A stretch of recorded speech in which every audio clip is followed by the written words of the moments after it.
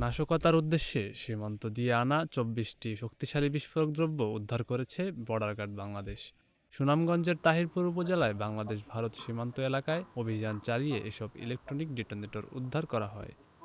শুক্রবার সকালে গোপন সংবাদের ভিত্তিতে চারগাঁও বিওপির বিশেষ টহল দল এই অভিযান পরিচালনা করে। বিজিবি সূত্র জানায়, সীমান্তবর্তী মাইজহাটি এলাকায় পলিথিনে মোড়ানো অবস্থায় এবং গাছের ডালপালার আড়ালে লুকানো ২৪টি ইলেকট্রনিক ডেটোনেটর পাওয়া যায়। প্রাথমিক তদন্তে জানা গেছে, উদ্ধারকৃত এসব ডেটোনেটর উচ্চ ক্ষমতা সম্পন্ন ইম্প্রোভাইজড এক্সপ্লোসিভ ডিভাইস তৈরিতে ব্যবহারযোগ্য। ধারণা করা হচ্ছে, দেশের স্থিতিশীল পরিবেশকে অস্থিতিশীল করার লক্ষ্যে নাশকতামূলক কর্মকাণ্ডে ব্যবহারের জন্য সীমান্ত পথে চোরাচালানের মাধ্যমে এসব বিস্ফোরক আনা হচ্ছিল।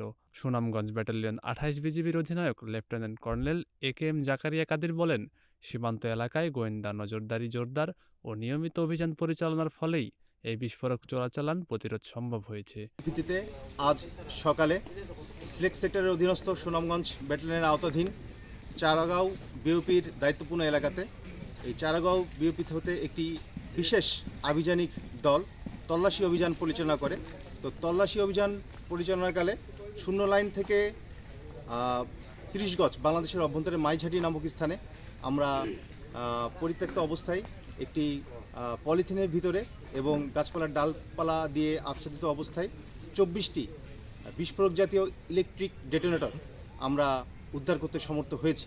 তিনি আরও জানান, ভবিষ্যতেও সীমান্ত নিরাপত্তা নিশ্চিত করতে মাদক, অস্ত্র ও বিস্ফোরক সহ সব ধরনের চোরাচালান রোধে বিজিবির অভিযান অব্যাহত থাকবে। উদ্ধার করা বিস্ফোরক দ্রব্যের বিষয়ে আইনানুগ ব্যবস্থা গ্রহণ প্রক্রিয়াধীন রয়েছে। সাজিদুর রহমান সামি, নাগরিক প্রতিদিন।